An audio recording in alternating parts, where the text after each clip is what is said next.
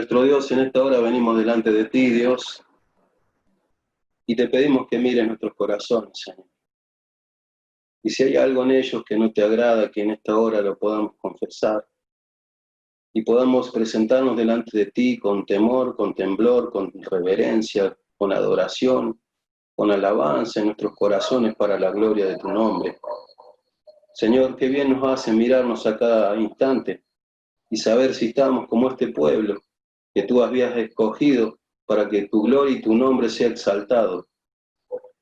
Y Señor, no permitas que eso nos suceda a nosotros. Ayúdanos a estar cada día más cerca tuyo, Señor. A no crear un sistema religioso para creer que estamos dentro de tu comunión, cuando tú quieres corazones humildes, quebrantados, humillados y reconociendo tu poder, tu gracia, tu favor y tu misericordia. Ese es el Dios que queremos vivir y experimentar. Ese es el Dios de la palabra, el Dios que habla a nuestros corazones y los transforma. En ese Dios queremos en esta hora regocijarnos y deleitarnos porque Él está dispuesto a hablar a hombres y mujeres pecadores como nosotros. Él está dispuesto a buscarnos y Él está dispuesto, Señor, a ayudarnos en nuestras debilidades, en nuestras flaquezas y hacernos hombres y mujeres fuertes en ti. Por eso, Dios, en esta hora disponemos nuestra mente, corazón, para aprender de tu palabra. Y ruego, Señor, que este tiempo de reunión, de comunión, no sea un Zoom más que vamos a ver, o a experimentar o a compartir, sino sea encontrarnos con el Dios Todopoderoso, como Amós decía ahí en el versículo 12. Que hoy podamos estar preparados para acercarnos delante de tu presencia, con un corazón digno de alabar al Dios que todo lo puede. Te alabamos, Señor, y te damos toda la gloria a ti en el nombre de Jesús. Amén. Muy bien, seguimos adelante, Andrés. Bueno, estuve yendo y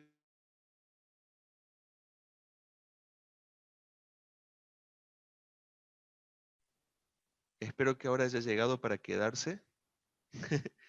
Bueno, ¿me escuchan? ¿Sí? ¿Se me escucha? Bien. Bueno, hoy vamos a seguir con el tema que habíamos comenzado el viernes pasado, que hablamos sobre el diablo, Satanás, los demonios, los extraterrestres. Dijimos que, para volver un poquito hacia atrás, dijimos que no existen seres, creación como los humanos en otro planeta viviendo, pero sí existen seres espirituales que habitan en las regiones celestes, a los cuales nosotros llamamos demonios. Cuando el diablo, o Satanás, o Lucifer en ese momento, que se rebeló contra Dios, fue expulsado del cielo, se llevó, según Apocalipsis, una tercera parte de los ángeles con él, y esos ángeles que conocemos como caídos, porque cayeron del cielo o del tercer cielo, que es donde habita Dios, cayeron o fueron expulsados hacia el segundo y primer cielo, que respectivamente es el universo, el espacio y la atmósfera nuestra. Eh, entonces, en este cielo, primer cielo, habitan los demonios. En el segundo cielo, que son el espacio, las estrellas, el sol, la luna, el segundo cielo también está habitado por demonios, seres espirituales, que obviamente, como son seres espirituales, no pueden ser vistos a no ser que tomen, que está dentro de sus posibilidades, alguna forma, ya sea lumínica, ya sea imitando a la creación de Dios, eh, que son invocados por algunas personas y pueden ser vistos, ¿sí? Eh, de alguna forma. Inclusive algunos fueron también, algunos tomaron una forma física, similar a la nuestra. Y bueno, entonces cuando una persona dice que ve un extraterrestre y realmente ve algo, porque después está el otro de que hay muchos que dicen que ven pero no ven, o por producto de algún alucinógeno o, o de alguna jugada mental, pero hay otros que los ven realmente, así como ven demonios, como ven ángeles. eh, Después está la pregunta, ¿no? Los que dicen que ven ángeles, ¿ven realmente ángeles? Eh, o qué tipo de ángeles son los que ven, ¿no? Eh, entonces, bueno, llegamos a esta conclusión de que los que habitan y los extraterrestres que se mencionan o se ven por ahí pueden ser demonios, ¿sí? Pueden ser aquellos ángeles caídos. Ahora bien, hoy vamos a esta otra pregunta que tenemos que ver hoy. Es una pregunta también controversial dentro del mundo cristiano y dentro de los estudiosos bíblicos, ya que podemos llegar a dos conclusiones diferentes. Si ustedes agarran alguna Biblia de algún comentarista, no sé, por ejemplo, MacArthur, Ryrie o Wiersbe o cualquier otro comentarista, o Biblias de estudio como ser la siglo XXI, como ser, no sé, la Plenitud o Biblia del Diario Vivir, eh, cualquiera de esas Biblias de estudio, va a estar dividido. Algunos van a estar a favor de una de las teorías y otros van a estar a favor de otra de las teorías. Este video que nos toca ver hoy, que responde a esta pregunta que vamos a ver hoy, el que hace el comentario está de acuerdo con una de las posturas, que es contraria, por ejemplo, a la que tiene John MacArthur, que es la otra postura. Vamos a dejar que él dé su postura a través del video y después comentamos la otra postura que a mí en lo personal me convence un poquito más. Pero ustedes no están obligados a creer en mi postura, obviamente. Tampoco están obligados a creer en ninguna de esas porque no va a ser a la salvación y no es una de las doctrinas fundamentales. Quiero que quede claro eso. Después ustedes podrán sacar sus propias conclusiones. A mí me cierra más una que otra. Cuando hablo con uno de estos grandes hermanos, maestros, que defiende más una teoría, yo digo, uy, no, sí, es verdad. Pero cuando defiende la otra, uy, no, también es verdad. Solo Dios sabe cuál es la verdad. eh, y si grandes estudiosos y grandes teólogos, e inclusive grandes arqueólogos, no se logran poner de acuerdo, yo creo que entre nosotros tampoco vamos a lograr un acuerdo. Pero está bueno saberlas a las dos teorías principales, después hay otras, pero vamos a ver estas dos nomás porque ahí sí que nos vamos a volver locos si entramos a escarbar en distintas teorías, pero sí quiero que veamos estas dos como para saber qué dicen por ahí y bueno, eh, después les digo por qué yo estoy más de acuerdo con la teoría opuesta a la del video que vamos a ver. Bueno, hecha esta introducción, ahí les copio la pregunta. ¿Se acuerdan cuál era la que tocaba hoy? No es que me olvide de los extraterrestres y los demonios, ¿eh? Tiene todo que ver. Por eso vamos a empezar viendo esta pregunta. ¿Estamos bien hasta ahí? ¿Sí? Bien. Si por ahí quieren, como siempre, hacer algún comentario o alguna duda o frenar, bueno, eh, vamos frenando, no se preocupen. Acá está el chat, ahí pego la pregunta, miren, dice así. ¿Quiénes son los hijos de Dios y las hijas de los hombres en Génesis capítulo 6? Bueno, vayamos para empezar a Génesis capítulo 6. ¿Todos tienen Biblia ahí?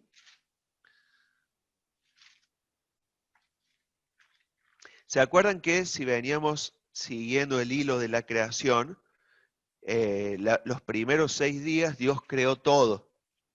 Dios creó el universo, Dios creó el cielo y la tierra, separó la luz de las tinieblas, el agua de la tierra, el agua de la atmósfera, del agua del planeta, puso las plantas, ¿sí? Al día siguiente de ponerlas, ¿se acuerdan más o menos cómo es esto? O un tip para acordarse. Los primeros 3 días Dios creó los contenedores.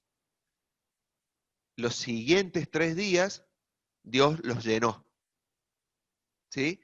Entonces, el primer día Dios creó la tierra, el cuarto día llenó la tierra con plantas y todo eso.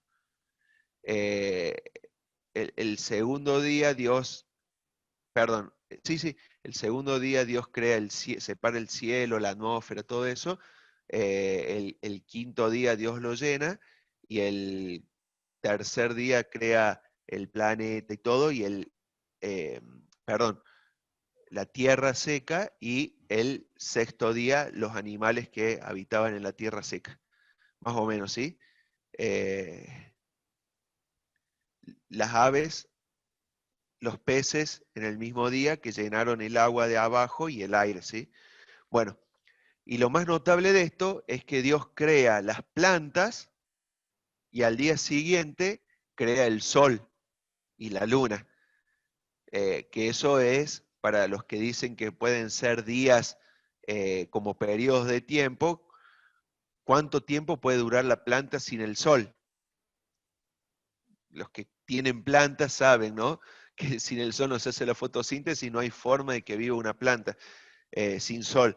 Entonces, por eso defienden de que sean días literales los de Génesis. Bueno, es lindo para estudiar estos primeros capítulos algún día si les gusta, pero estudiarlo profundamente. El, después viene, bueno, el pecado, la desobediencia del hombre, viene la primer muerte, la de Abel, y después viene las genealogías, ¿sí? La nueva descendencia, el reemplazo de Abel, que nace Set, y después llega Génesis capítulo 6, en lo que sucede algo muy extraño. Según los creacionistas, aquellos eh, que explican y defienden la literalidad de Génesis, de que Génesis es literal y los días son literales y la forma en que Dios creó todo es literal, que defienden la literalidad de todo Génesis, eh, ellos dicen de que los ángeles fueron creados eh, cuando fueron creadas las estrellas del cielo, ¿sí? Y no fue la rebelión hasta después del sexto día, porque cuando termina el sexto día, Dios dice que todo lo que había Dios creado era bueno, en gran manera. Entonces, si hubiese existido el pecado en ese momento, no podría Dios haber dicho que todo era bueno, que todo era bueno en gran manera. Por lo tanto, ponen la caída, y esto también es muy, no hagan doctrina de esto, pero es muy interesante que ellos ponen la caída del diablo, la rebelión de Lucifer, en el séptimo día, cuando Dios descansó. Por eso, después dice que nunca más, dice Jesús, que ni el Padre ni Él descansaron. Tal vez para que no haya otra rebelión. Eso es lo que dicen, pero probablemente en el séptimo día, en el día de descanso, haya sido la rebelión. ¿Por qué también esto? Cuando Adán y Eva fueron creados con todas las capacidades reproductivas y con la edad reproductiva. Es más, Dios los manda a multiplicarse en la tierra. Pero, ¿qué pasa? Que si Eva hubiese concebido sin pecado, o sea, cuando el pecado todavía no había llegado a la tierra, el hijo de ella hubiese sido sin pecado, porque ella no le iba a, como no había pecado todavía, no había transmitido el pecado. Entonces, ¿qué pasa? Sí o sí, Eva tiene que haber pecado durante los primeros 15 días de su existencia. ¿Por qué? Porque el ciclo de ovulación, la mujer es infértil durante los primeros 15 días. Recién ovula después de los 15 días, ¿sí?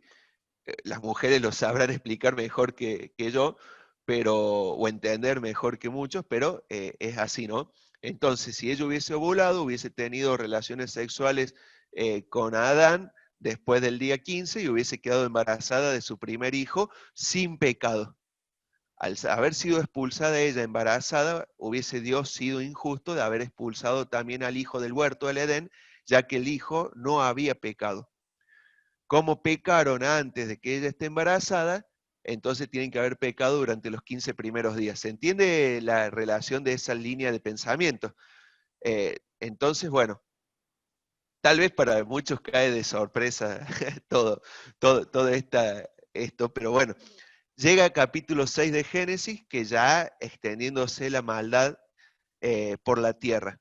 Y sucede esto que es muy extraño acá, es muy raro. ¿Cómo dice? Dice, ya lo habíamos leído, pero está bueno leerlo de nuevo para saber bien lo que vemos hoy. Desde el versículo 1.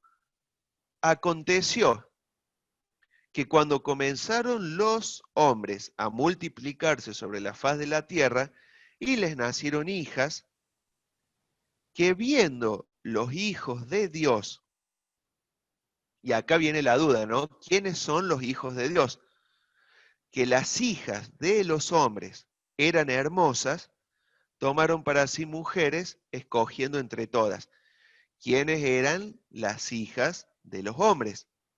¿Y quiénes eran los hijos de Dios? Y dijo Jehová, no contenderá mi espíritu con el hombre para siempre, porque ciertamente él es carne, mas serán sus días 120 años. Tengan en cuenta, si ustedes leen Génesis capítulo 5 y van viendo cuántos años vivieron cada uno de los que viven ahí, por ejemplo, ¿no? Matusalén vivió 100, fueron pues 27, 5:27, fueron pues todos los días de Matusalén 969 años y murió. Después, y fueron todos los días de Enoc, personaje raro también, 300 años.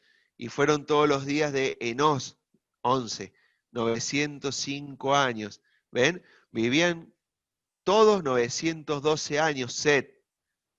Todos vivían muchísimos años. Eso también, si algún día estudiamos estos primeros capítulos de Génesis, tengan en cuenta que el sol no daba directamente sobre la tierra. A mí me pasó esto con la pileta que tenemos acá. Durante todo el invierno estuvo perfecta, pero empezó el calor y se llenó de moho verde con las primeras lluvias y el primer calor. El sol deteriora todo, el sol fuerte. Pero claro, en los tiempos de Adán y Eva, y hasta este momento, Génesis 6, nunca había llovido en la tierra. Entonces toda la tierra estaba recubierta con una espesa capa de agua que filtraba todos los rayos nocivos para la tierra. Después del diluvio, el sol da directamente sobre la tierra y por primera vez tienen vino, por ejemplo, que se fermenta la uva. Por eso Noé, cuando vio que se fermentó la uva, no entendía nada, se tomó y se requete contra mamó, diría mi amigo Gabriel. Se requete contra emborrachó y ahí quedó. ¿Pero por qué? Porque no conocían los efectos del sol en la tierra, porque nunca había habido sol. Hasta recién con el diluvio, después del diluvio aparece el sol. Por lo tanto, eso también hizo que la gente viviera menos. Acá por eso le aclara 120 años, ¿no? No conté, porque ciertamente él es carne, mas serán sus días 120 años. Y después sigue diciendo el 6:4, había gigantes en la tierra en aquellos días, y también después que se llegaron los hijos de Dios a las hijas de los hombres, y les engendraron hijos. Estos fueron los valientes que desde la antigüedad fueron varones de renombre. Y vio Jehová que en la maldad de los de los hombres eran muchas en la tierra y que todo designio de los pensamientos del corazón de ellos era de continuo solamente al mal.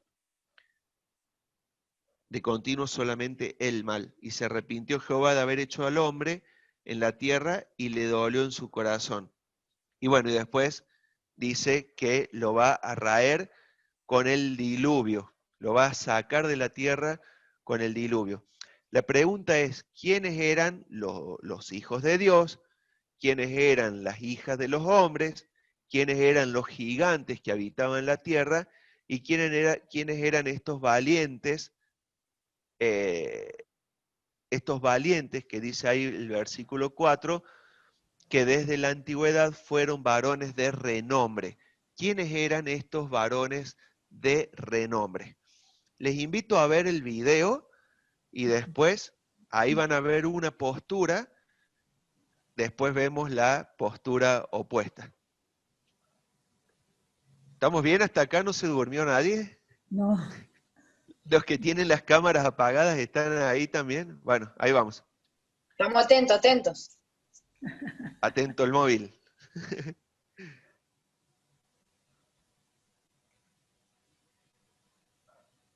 Esperen que comparto. Ahí va.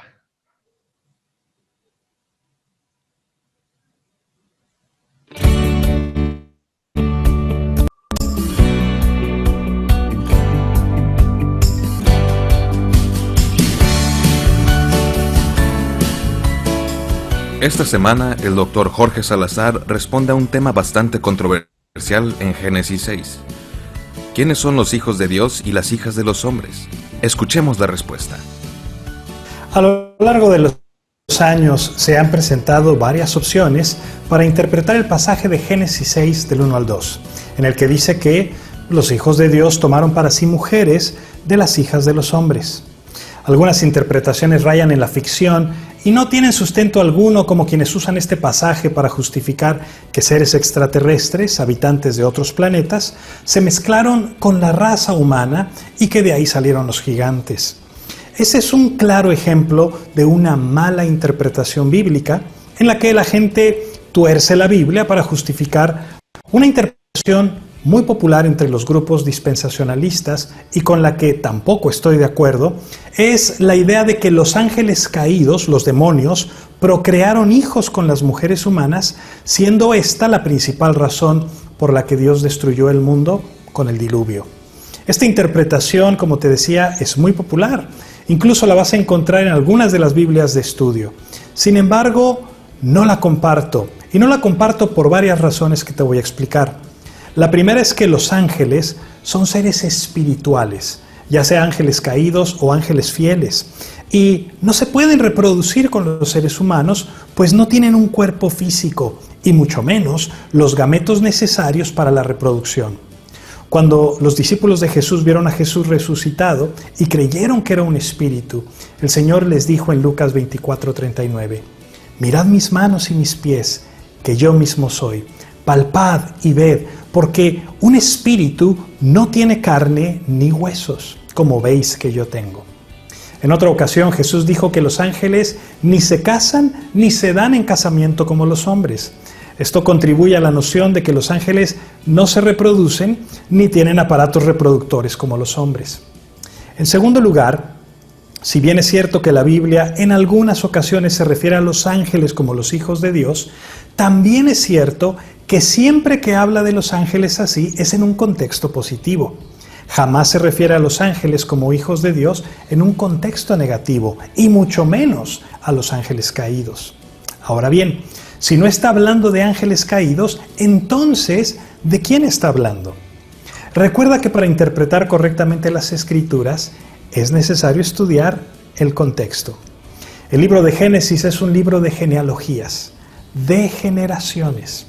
Desde el principio del libro hasta el llegar a la historia de Abraham, nos ha mostrado dos grupos de personas, los que siguen a Dios y los que se rebelan contra Él. Abel siguió a Dios, Caín se rebeló y así sucesivamente hasta llegar a Set. La línea de Set es la línea de los hijos de Dios, los que honraban a Dios, hasta que dejaron sus caminos y se mezclaron con las mujeres de quienes no honraban a Dios. De ahí que el diagnóstico de Dios a la humanidad fuera este: y vio Jehová que la maldad de los hombres era mucha en la tierra, y que todo designio de los pensamientos del corazón de ellos era de continuo solamente al mal. Por eso es que destruye al hombre con el diluvio, excepto por Noé y por su familia. Esta interpretación, desde mi punto de vista, tiene mucho más sentido con el contexto de Génesis y el punto general que el libro hace al presentarnos a Dios y al hombre caído. Espero que sea de bendición para tu vida y no olvides siempre que leas la Biblia, leerla en su contexto.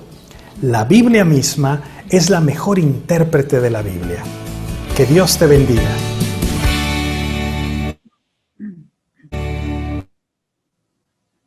Bueno, ¿qué tienen para opinar al respecto?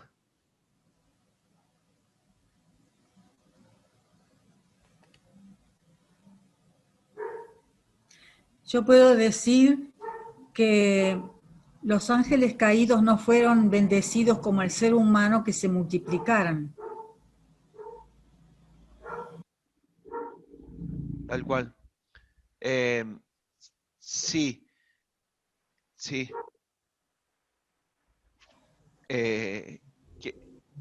¿Habían escuchado sobre este tema? Pregunto. Sí, yo sí. Bueno, para algunos les cae como algo nuevo, para otros ya es más que visto y revisado. Bueno, les voy a contar el otro punto de vista, que él lo menciona ahí como que él no está de acuerdo, Jorge Salazar, que es esto de que en realidad los hijos de Dios son ángeles caídos. Hay unos versículos, por ejemplo, vamos a ir por parte, a ver cómo nos organizamos, porque veo que el tiempo ya va pasando y todavía no hablamos sobre el tema. Hay unos versículos que hablan sobre ángeles caídos e hijos de Dios, que son los mismos. Por eso es lo que no comparto que Salazar dice de que nunca en un contexto negativo son mencionados los ángeles caídos como hijos de Dios, pero sí, justamente es todo el Antiguo Testamento que habla de los ángeles como hijos de Dios, ya sean caídos o no caídos. Recién en el Nuevo Testamento viene el concepto de hijos de Dios para los cristianos, ¿sí? Porque a través de la sangre de Cristo, el Señor nos da la potestad o el derecho de ser llamados hijos de Dios. Somos adoptados por Cristo, por la sangre. Antes no, éramos criaturas, eran el pueblo de Israel un pueblo de Dios, pero no eran hijos de Dios. En cambio, los ángeles sí eran llamados hijos de Dios. Por ejemplo, en Job capítulo 1, fíjense, es uno de los tantos ejemplos que hay.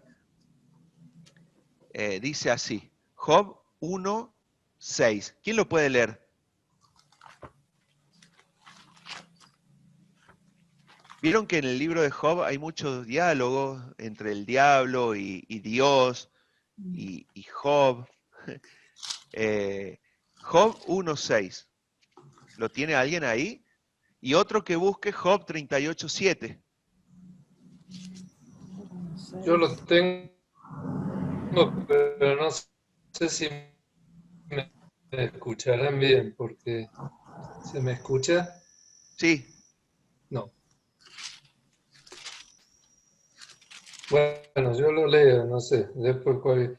Un día vinieron a presentarse delante de Jehová los hijos de Dios, entre los cuales vino también Satanás. ¿Ven? Entonces entre los hijos de Dios también estaba Satanás.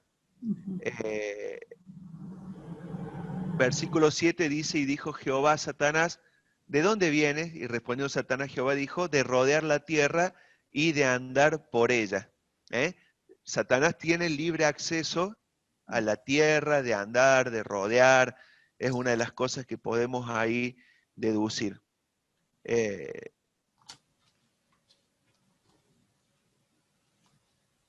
38:7, ¿quién lo tiene? De Job. Yo lo tengo. Por favor, Elisa. Cuando alababan todas las estrellas de...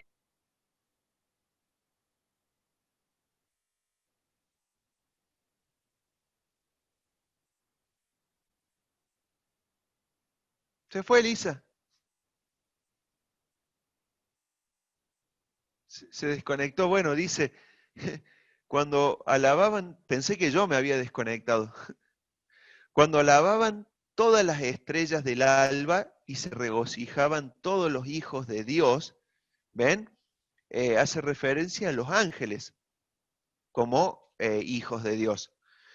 Y bueno, y así hay un montón de versículos. Por darles otro ejemplo que lo tenemos a mano, Job 2:1, aconteció que otro día vinieron los hijos de Dios para presentarse delante de Jehová, y Satanás también vino entre ellos presentándose delante de Jehová, ¿ven?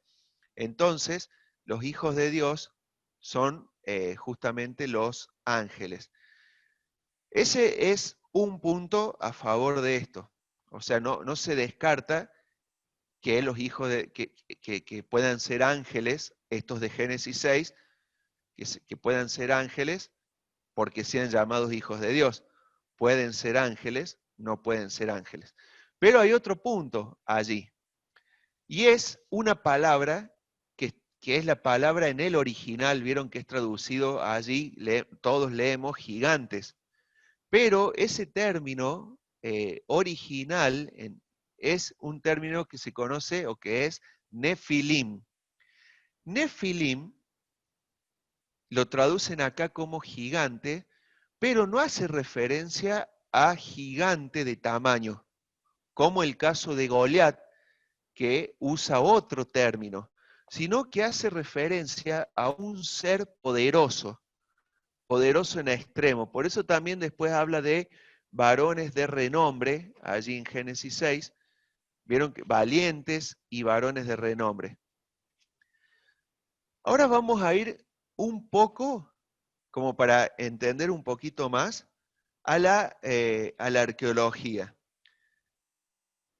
Si realmente existieron seres poderosos, seres que eran adorados e idolatrados, seres que que sobresalían al resto de los seres humanos, tendrían que existir rastros en todas las culturas antiguas y no solamente en la cultura hebrea. Porque si hablamos de cultura hebrea, también hay muchos otros libros hebreos que son mencionados estos relatos de Génesis, pero no son palabra de Dios. Quiero aclarar eso. La Biblia es la única palabra de Dios, y lo que dice la Biblia es lo que realmente tenemos que creer. Pero la tradición hebrea tiene muchos otros libros que conforman su historia y que algunos grupos religiosos también los incorporan dentro de los libros bíblicos, que nosotros los conocemos como libros apócrifos o pseudoepígrafos, como ser el caso de Bel y el dragón, como ser el caso de los macabeos, de Baruch, un montón de libros que, por ejemplo, la Iglesia Católica forman parte de su Biblia, muchos grupos judíos también.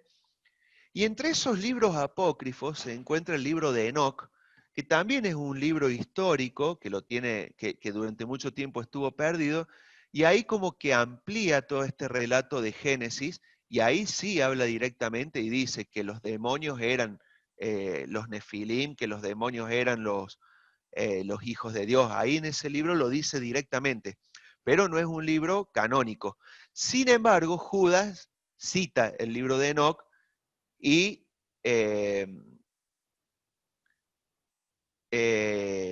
Pedro también. Ambos citan el libro de Enoc, entonces, para muchos el libro de Enoc, como es citado por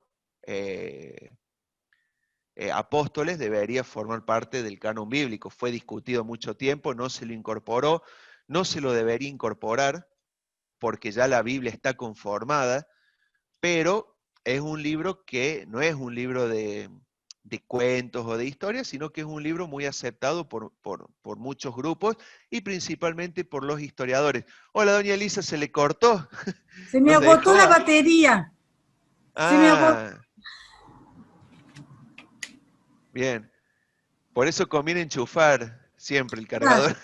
Sí, No, a mí también me pasa eso, porque no es bueno tener todo el tiempo enchufada la computadora. Entonces hay que claro, desenchufarla, cuando se vacía volver a enchufar, así. Pero no hay que dejar que se apague. claro. Entonces, este libro que les comentaba incorpora todos estos relatos. Pero vamos más allá de eso. En la arqueología hay un montón de referencias a seres que algunos los llaman extraterrestres, otros los llaman dioses mitológicos, pero que en todas las mitologías, en todas las historias de las culturas antiguas, figuran estos seres, llamados por los hebreos Nefilim, por los asirios Anunnaki, y así, cada cultura le van dando distintos nombres.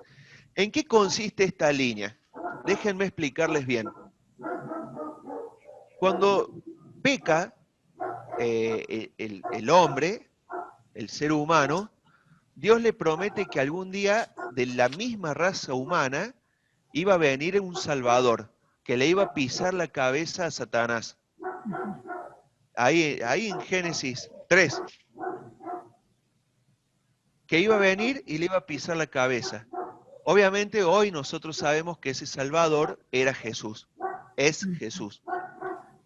Pero el diablo quería evitar que llegara de la raza humana este Redentor. Por lo tanto, intentó destruir al ser humano. El libro de Enoc, como así también otros libros, dicen que estos demonios empezaron a hacer experimentos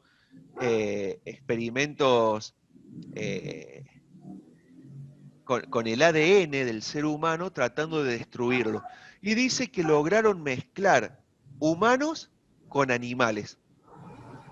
Bueno, estos Nefilim dice que eran esos valientes de renombres y esas mezclas raras, dicen que eran justamente humanos con ADN mezclado de animales. Los que explican esto dicen por qué de otra forma la única solución era destruirlos por completo con un diluvio y que los únicos que pudieran salvarse eran aquellos que tuviesen el ADN puro, como es el caso de Noé y su familia. Entonces, por ese tema, Dios decide destruir la tierra para eliminar.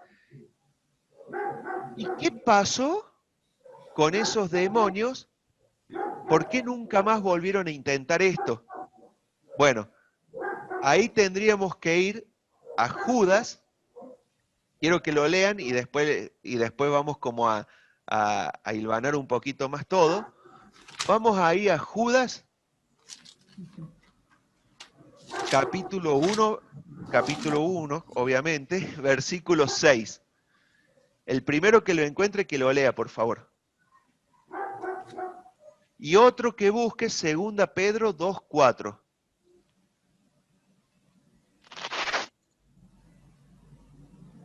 Leo 1:6. Sí, por favor. Judas 1:6. Y a los ángeles que no guardaron su dignidad, sino que abandonaron su propia morada, los ha guardado bajo oscuridad, en prisiones eternas, para el juicio del gran día. Bien. Judas 1:6 dice que hay ángeles caídos, los demonios, que no guardaron su dignidad, ¿sí? Y que cometieron un hecho de tal magnitud que desde que lo cometieron fueron encarcelados en prisiones eternas de oscuridad, esperando el día del gran trono blanco. ¿Sí? Fíjense que no, que perdieron su dignidad. Y segunda Pedro 2:4. ¿Quién lo tiene? Te lo leo. Dale. Porque si Dios no perdonó a los ángeles que pecaron, sino que arrojándolos al infierno los entregó a prisiones de oscuridad para ser reservados al juicio. ¿Hasta ahí nomás? ¿Ven? Sí, sí. Fíjense que dice, no perdonó a esos ángeles que pecaron. ¿Sí? No los perdonó.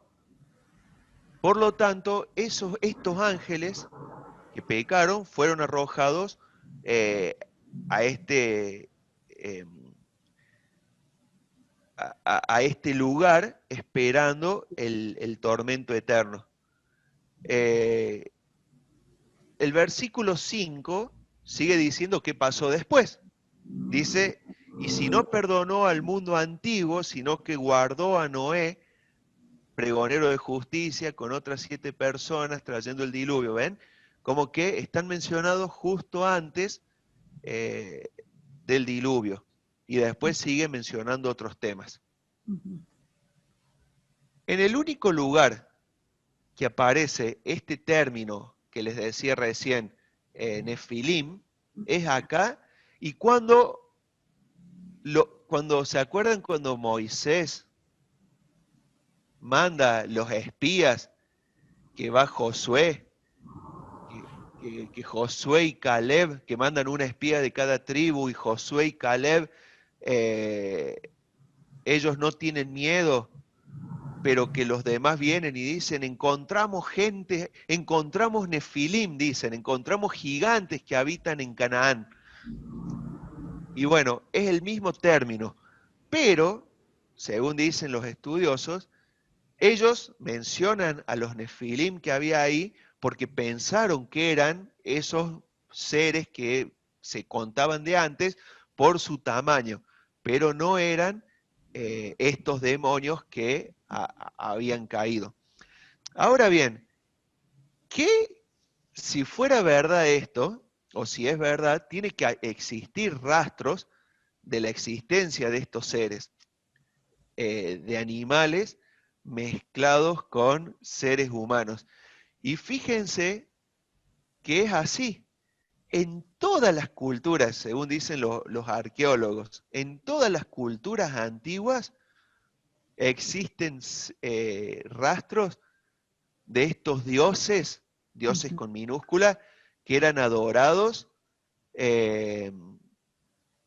por las civilizaciones.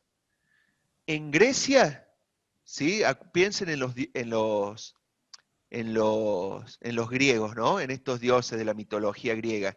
Por ejemplo, un sátiro que tiene de la mitad para arriba un hombre y de la mitad para abajo una cabra. ¿Se acuerdan de cuál es, no? También el centauro, ¿no? Que es famoso porque es un mitad caballo y mitad hombre. Y bueno, y el hombre que es mitad serpiente y mitad humano también es muy conocido entre los dioses griegos. Pero no se queda ahí. Los babilonios y los asirios también tenían su dragón, también tenía su hombre con cabeza de pájaro y cuerpo de ser humano. Los egipcios, la esfinge, por ejemplo, que tiene cuerpo de león y cabeza de ser humano, o también uno ve el Anubis se llamaba, que tenía así un perro negro la cara y cuerpo humano, ¿no? Que está en todos los jeroglíficos egipcios se encuentra. En Creta está el Minotauro, el famoso Minotauro, toro y hombre mezcla. Los mexicanos, ¿sí? Los mayas tenían una serpiente alada que era cuerpo de serpiente y cabeza de hombre, o una serpiente con 2 cabezas también dentro de ellos. En Camboya, el hombre elefante, en la India, también todos los hombres, los mitad hombre y mitad elefante, o mitad toro, hasta mitad pez, el dragón de China, todas las culturas antiguas tienen sus dioses mitad hombre y mitad animal. Y eso no es casualidad, no existen las casualidades. ¿Por qué? Y porque en la antigüedad todo eso lo vivieron y hasta el día de hoy sigue sus rastros en sus escritos, en sus libros y en sus cosas. ¿A qué vamos con esto? Que el diablo, el Dios de este mundo, se las arregló siempre para llamar la atención del ser humano. Antes, con este tipo de apariciones, uno dice antes, ¿no? Pero muchos hoy tienen a sus deidades en estatuitas, ¿no? En muchas casas, en muchos hogares se encuentra o el Buda o el elefante con muchos brazos o las mezclas o los dioses egipcios o dioses nuevos también. Pero fíjense cómo el diablo siempre se las arregló para llamar nuestra atención. Y los extraterrestres también llaman la atención. Y hay todo un mundo detrás de eso, que nosotros sabemos que en realidad los extraterrestres son los demonios. En realidad sabemos que se le aparecían estas deidades a las personas, estos falsos dioses, y le ofrecían, como Moloch, le ofrecían sus hijos. Los bebés sacrificaban personas. Todas estas culturas se sacrificaban. ¿Y quién les pedía los sacrificios? Y los mismos demonios, estos falsos dioses, los mismos demonios. Y no es de extrañarse para nada que hoy se sigan realizando sacrificios y que hoy toda esta cultura que antes era egipcia, que antes era cananea, impulsada por demonios, hoy esté resurgiendo. Muchas series, muchas películas, muchas fiestas traen antiguas deidades al día de hoy. Llámese Halloween, llámese ¿cómo es el de los irlandeses? ¿Cómo es? La famosa fiesta que se emborrachan todo y que, bueno, que andan los duendecitos verdes por todos lados según ellos. Bueno, todas estas fiestas hacia distintas deidades hoy están resurgiendo. ¿Por qué? Y porque los mismos demonios u otros demonios vienen a exigir que suceda eso e intercambian favores. Esto que dicen por muchos lugares, que los pactos demoníacos se hacen para lograr éxito, para lograr fama, para lograr fortuna, es real, es real. Como decíamos el otro día, ahí Muniro en su librería tenían al lado unos vecinos que vendían libros y explicaban, vos querés hacer un pacto satánico, perfecto, vení, te explicamos cómo, tenés que tener un espejo, tenés que tener una vela roja y tenés que tener sangre. Nada más, con eso y un poquito de sal, ya con eso podés hacer un pacto satánico. Pero no hace falta ir a una librería satánica. Pueden ver Harry Potter y de una forma simpática, dulce, tierna, les van a enseñar a realizar un pacto con el diablo. Váyanse a alguna vieja bruja que tire las cartas y van a ver que tiene sangre y van a ver que es real, les van a decir muchas verdades. Tienen razón de lo que dicen. Es así, no se equivocan. No sé si alguien logró escuchar lo que compartí en el grupo de la iglesia sobre cómo se metió la hechicería en las iglesias evangélicas. No sé si alguien lo pudo escuchar. Es muy interesante cómo lo plantea. Yo lo escuché, Andrés. ¿Cómo? Yo lo escuché y estaba buscando otro relato en Génesis capítulo 18, porque me quedé pensando en esta postura de Salazar que habla de los ángeles que no se pueden materializar. Pero si ustedes leen ahí Génesis 18, dice que tres varones se presentan ante Abraham y Sara para anunciarles que iban a tener un hijo, y encima dice que se sientan a comer. Dice que el versículo 8 dice, tomó también mantequilla y leche y el becerro que había preparado y los puso delante de ellos, y él estuvo con ellos debajo del sol y comieron, dice. ¿Mm? Obviamente que ahí hay una teofanía también, ¿no? Pero ahí dice tres varones, dice. ¿Sí? Uh-huh. Y también ahí cuando los de Sodoma vieron a estos ángeles, los quisieron violar. Y Lot los defendió para que no los violaran. Está bien, ofreció sus propias hijas, ¿te acordás? También está ahí ese relato de los Por eso ángeles. eso me hace ruido en el sentido de que, a ver, lo que hemos visto personas endemoniadas, sabemos que el espíritu un espíritu inmundo toma posesión y control de la mente y el cuerpo de la persona. De hecho, se suicidan, se autoflagelan, se lastiman, se golpean. Entonces, ¿cómo explicás eso vos? O sea, si el diablo puede hacer con eso, con una persona, y llevarla al abismo de la muerte, yo creo que también puede hacer esto que plantea Génesis 6. Ahí yo estaba mirando dos Biblias que tengo acá y tiene una postura como la que de Salazar y la otra tiene una postura distinta, así que los tengo acá cruzados los dos comentaristas. No, sí, es que es así. No se va a lograr acuerdo y como yo decía tampoco, pero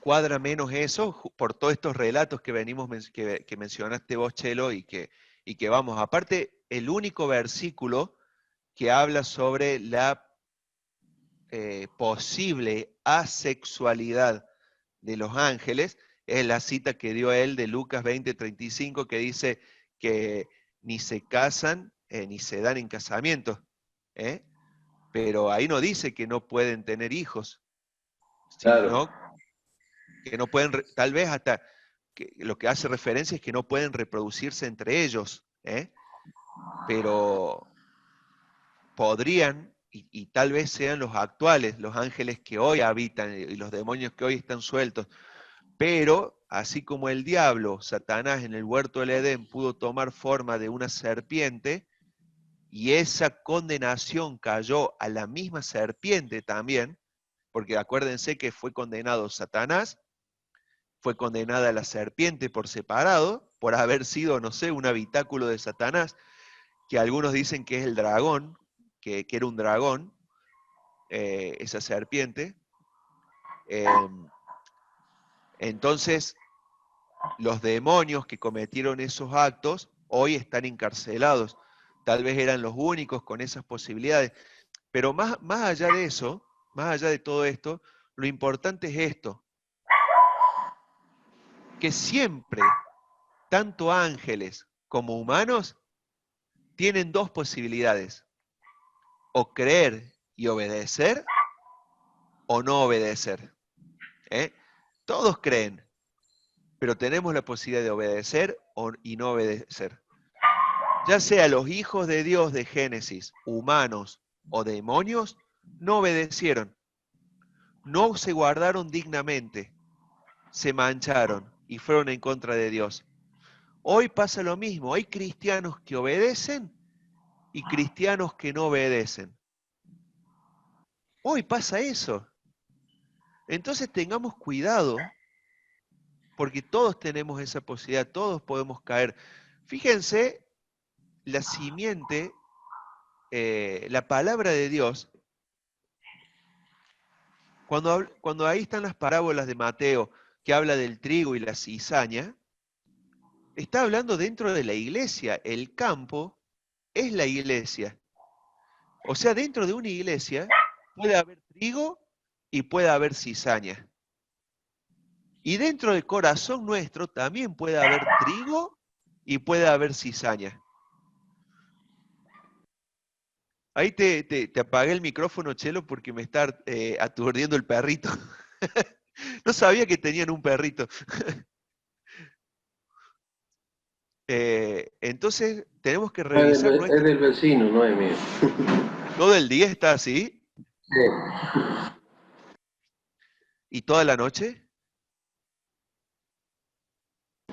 No, si no ya lo hubiera sacrificado A Moloch. a... Bueno, entonces es importante eso de revisar nuestro corazón también. ¿Tenemos trigo puro o tenemos una mezcla de trigo y cizaña? ¿Cómo están nuestras obras también delante del Señor? Bueno, quiero mostrarles cómo estamos de tiempo, a ver. Hay algunos que están extremadamente callados, yo no sé si es porque están dormidos o, o aturdidos o sorprendidos. A ver, les voy a compartir unas imágenes ahí. ¿Por qué dicen que son extraterrestres estos dioses? A ver, compartir.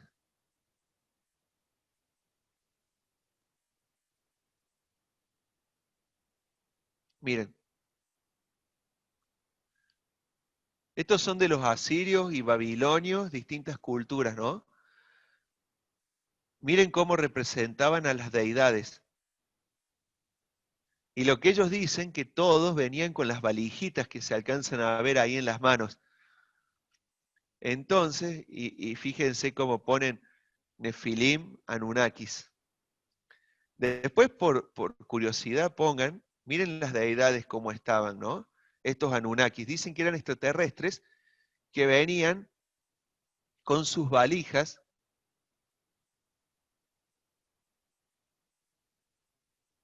y la gente los adoraba, los idolatraba.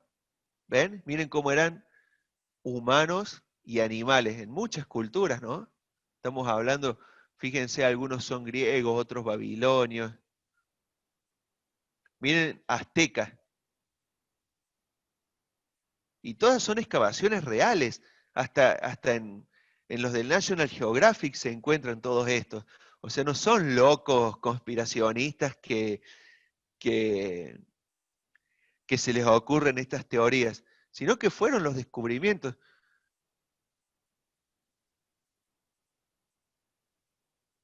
¿Ven? Bueno, después sigan viendo. Como dato curioso, ¿no? Muchos de estos antiguos dioses, como les decía, vuelven a resurgir hoy porque ya son los últimos días. Y acuérdense que dice la palabra que en los últimos días la maldad será como en los días de Noé, ¿no? Que así será la maldad. Entonces, que hoy se esté hablando tanto de demonios, tanto de extraterrestres y tanto de todo lo es porque justamente es otra señal de que estamos en los últimos días y el Señor vuelve pronto.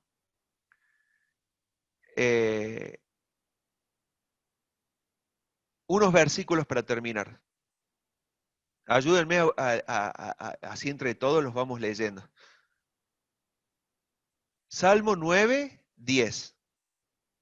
¿Quién lo lee? Diga yo el que lo lea, por favor. Después les digo otro. Salmo 9, 10. ¿Quién? Así no nos peleamos. Eli. Yo. Ahí está. Yo. ¿Cuál de las dos, Eli? La doña. La doña, bueno. Salmo 9, 10, doña. Salmo 22, 5, la otra, Elisa. Qué feo cómo hablo, ¿no? Una es la doña y la otra es la otra. Salmo 22, 5, Eli. Isaías 41, 10, ¿quién lo lee? ¿Doña Lili? Isaías 41, 10.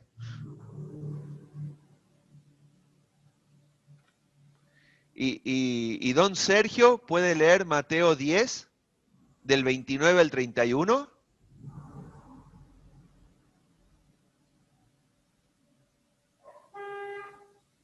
¿Estamos? Bien, vayamos por el principio. Salmo 9:10, doña Elisa. A tener en cuenta, hermanos, a tener en cuenta estos versículos que son claves para nuestra vida. Anunnaki, no Anunnaki, Nefilim, no Nefilim, demonio, ángel caído. Pase lo que pase alrededor nuestro, tengamos estos versículos presentes. Salmo 9:10. Jehová será refugio del pobre, refugio para el tiempo de angustia. Salmo 9:10. Salmo 9:10. En ti confiarán los que conocen tu nombre, por cuanto tú, oh Jehová, no desamparaste a los que te buscaron. Ahí está. A los que lo buscan al Señor, no importa qué pase alrededor, así sea un diluvio, así sea el fin del mundo, a los que los busca el Señor, no los desampara. Salmo 22:5. Clamaron a ti y fueron librados, confiaron en ti y no fueron avergonzados. Amén, ¿no? Sea Moisés, sea Noé, sea Lot, sea Abraham, sea Pablo, sea Jonás, sea Daniel, José, Pedro, Juan, el mismo Señor Jesús, sea los miles de mártires que habitaron en este suelo precioso de nuestro planeta, pueden decir que clamaron al Señor y fueron librados. ¿Librados de qué? De la condenación eterna, librados del sufrimiento eterno, librados del pecado, librados del miedo, librados del dolor y sufrimiento del alma. Confiaron en ti y no fueron avergonzados. Isaías 41:10. No temas, porque yo estoy contigo. No desmayes, porque yo soy tu Dios que te esfuerzo. Siempre te ayudaré, siempre te sustentaré con la diestra de mi justicia. Amén. Qué versículo, ¿no? Hoy podemos ser Isaías todos y hacerle caso a lo que dice ahí el Señor. No tenemos que tener miedo, porque el Señor es el que está con nosotros y no hay nada ni nadie mayor que nuestro Dios. Todos estos dioses falsos, todos estos demonios, todos sabemos su fin. Algunos ya están cumpliendo la condenación y otros la cumplirán. ¿Sí? Mateo 10. Don Sergio.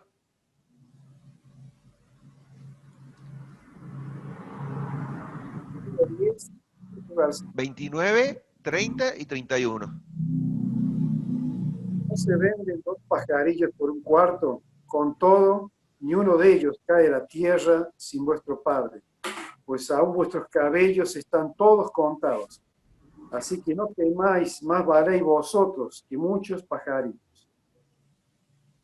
Bien, y así como estos versículos o estas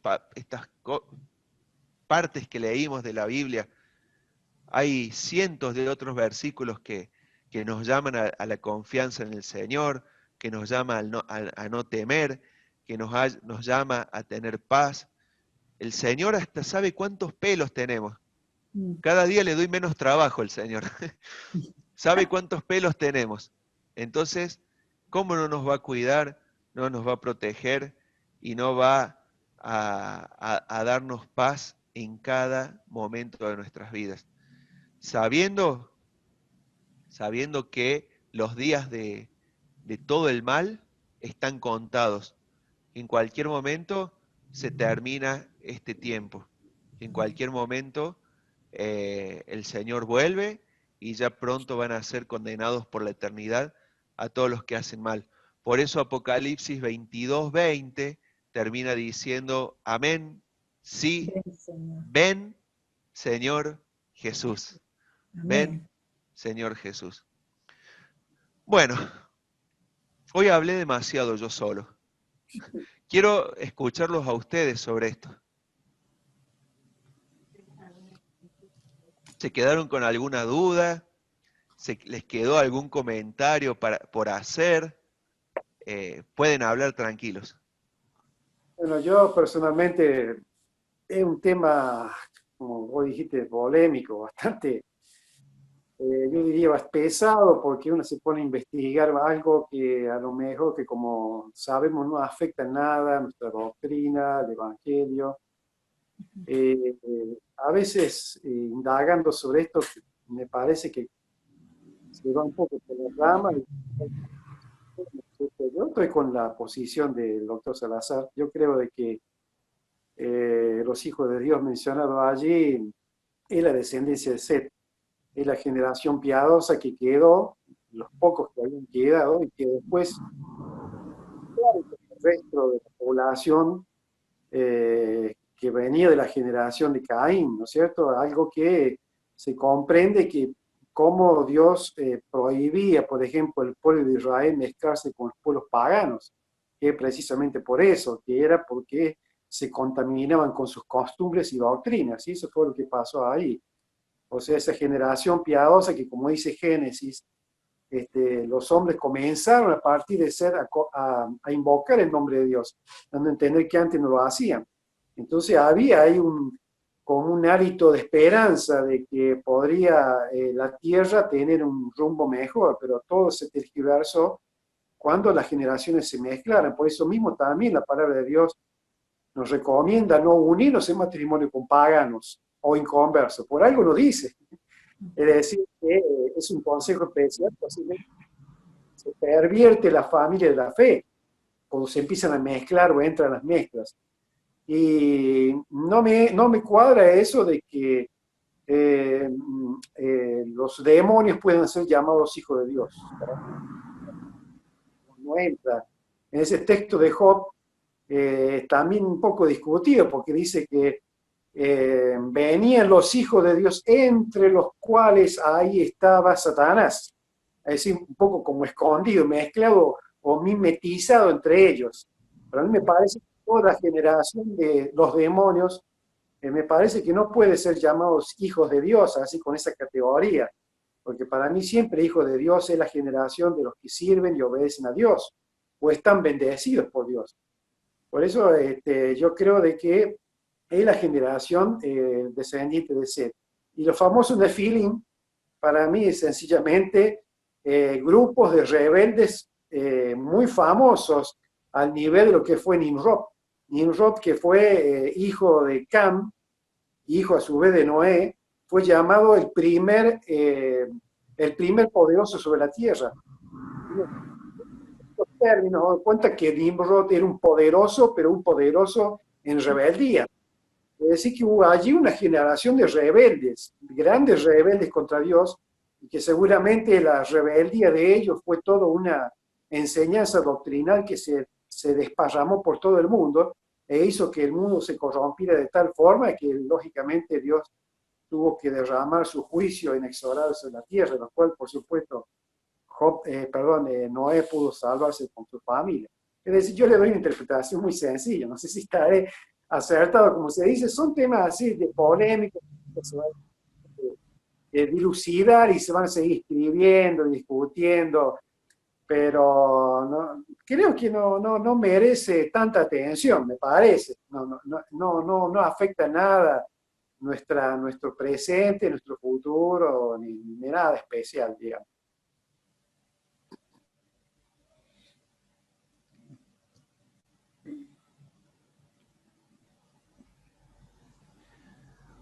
Bueno, sí, tal cual. Dos de las posturas y posibilidades. Está bueno que conozcamos ambas, porque muchos que conocen de los temas pueden llegar a preguntarles, pueden surgir dudas, entonces ante cualquier duda ya sabemos qué responder, ¿no? O la línea piadosa de Set o los ángeles. Pero acá somos 10, capaz que la mitad nos convencemos de una cosa y la mitad de la otra. Solo Dios sabe, y lo que sí debemos saber es eso que decía Sergio y lo que decía mucho énfasis, que nosotros tenemos la posibilidad de elegir a qué línea queremos pertenecer, si los que obedecen a Dios o los que desobedecen a Dios. Lili y Fer, ¿querían comentar algo? Sí, ahí Fer va a contar algo que escuché el otro día, pero No, me parece que es algo totalmente actual y que cada vez las cosas se ponen mucho más duras y como hay tantas malas noticias se hace como que habitual y como normal, ¿no? Porque el otro día, sobre todo en Santa Fe, que es una provincia que hay muchos pactos satánicos y suceden muchas cosas, el otro día terminaron matando a un vagabundo, un hombre que estaba en la calle, lo secuestraron e hicieron un ritual con él, o sea, lo sacrificaron en vida, y tomaron su sangre, el brujo está preso y todo, o sea que es algo que nos toca de cerca y en los pueblos chicos es algo muy habitual esto, ¿no?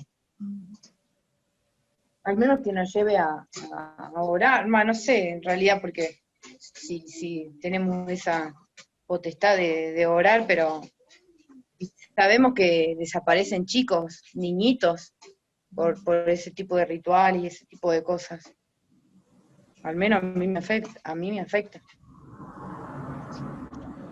Los sacrificios de los Illuminati dicen que se trata justamente de eso, de sacrificar a una criatura que es inocente, y esa hormona que genera ese momento de estrés de la criatura es la que los hace a ellos a tener una juventud como eterna. Se toman la sangre de un inocente. Textual. Muy, muy duro, sí, es así. Y si uno va para el norte de Córdoba, sin ir más lejos, ni hablar allá en Corrientes, el santuario que tienen de San La Muerte, ¿no? Y andando por la ruta todos los centros de adoración, los altares al Gauchito Gil que está por todos lados, ¿no? Pero y me acuerdo, no sé quién mencionó el viernes pasado las salamancas que hay en el norte cordobés, que hay desde Quilino, de Anfunes, y de Santiago del Estero ni hablar, ¿no? Y para el norte y noroeste principalmente, que tan difícil de llegar con el Evangelio porque hay tanta lucha espiritual, que mencionábamos eso el otro día, que no es contra carne y sangre, no es como para poder pelearse a las trompadas, sino que es una lucha importantísima a nivel espiritual que hay. Y cada vez llegando más cerca nuestro, como dicen bien Fer, Lili, cada vez más cerca tenemos todo esto y es muy triste, pero nos tiene que llevar a despertarnos más y a hablar más del Señor, porque si hay algo que destruye las tinieblas, es la luz. Basta con prender una lamparita en la oscuridad y la oscuridad desaparece. Nosotros somos lamparitas, por lo tanto tenemos que alumbrar y la luz hace que desaparezcan las tinieblas. Amén. Por eso nosotros no vamos a ser testigos de lo que logra hacer en nosotros al menos, una salamanca, que dicen que ni siquiera los caballos se acercan, ¿no? Vieron que cuentan de que van los gauchos y el caballo los tira y no se acercan a esos lugares. Porque es real este mundo satánico, diabólico, espiritual, de maldad. Pero más real todavía es el mundo de Dios. Amén. Y el poder de Dios. Entonces, no debemos temer nosotros, pero sí nos tiene que llevar a predicar a Cristo. Porque lo único que puede arrebatar de las manos del diablo a una persona es Cristo. Por lo tanto, hacia ahí tenemos que ir. Hay mucho para ver hoy, cómo obra el diablo, cómo obran los demonios, cómo engañan, cómo usan las falsas doctrinas, cómo atacan, cómo pueden aparecer. Tenía un montón de pasajes bíblicos para analizarlos, pero bueno, el tiempo pasa, ¿no? Tal vez otro día retomemos el tema y podamos estudiar más. Dicen que para poder enfrentarse a un enemigo hay que conocerlo. Hay algunos que dicen que no hay que hablar del diablo, no hay que hablar de los demonios, no hay que hablar, pero yo creo que es importante hablar para saber contra quién nos enfrentamos. En realidad no somos nosotros, ¿no? Nosotros somos herramientas del Señor, pero Porque saber... yo siempre pienso esto, Andrés, ¿por qué el Señor nos deja en la Escritura relatos de endemoniados? ¿Por qué quiere que lo sepamos? Y había uno que dice Jesús que salía con oración y ayuno cuando los apóstoles no habían podido y él les dice eso. Que era un género que se iba con ayuno y oración. Siempre me pregunto esto, ¿por qué el Señor quiso que sepamos eso? Pasaje controversial también venías a mencionar, Lili. ¿No, Sergio? A vos que te gustan también los pasajes controversiales. Pero sí, el Señor quiere. Creo que otra oportunidad hemos hablado del tema de Satanás, los demonios. Yo quiero seguir insistiendo de que los demonios no son seres más poderosos que Dios, ni tan poderosos como Dios. En ese pasaje de Génesis daría a entender un poco como que Dios se distrajo, estaba distraído y se le escaparon los demonios. Se le escaparon, descendieron a la tierra y hicieron un estrago ahí. Yo no comparto eso. Dios tiene el absoluto control del cielo y de los demonios. Y si los demonios hacen cosas, es porque los seres humanos se lo permiten.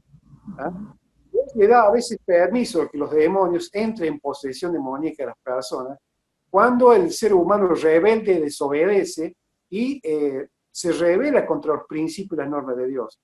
Dios dice en algunos pasajes que hay una terminante prohibición de ocuparse del ocultismo, por ejemplo, y de consultar a los muertos.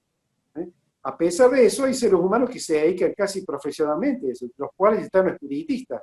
Bueno, personas que incurren en esas cosas, Dios puede dar permiso a los demonios a entrar en posesión de esas personas. Yo he conocido algunos casos.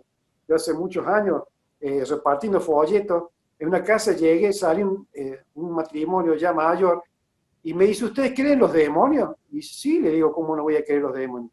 Porque yo tenía mi hija que fue endemoniada, y le digo, ¿y qué le pasó? Se empezó a dedicar al espiritismo. Empezó a leer libros de espiritismo, y que ella quedó endemoniada. Agarramos nosotros los libros ahí al frente, se los montonamos todos, dice, se los quemamos.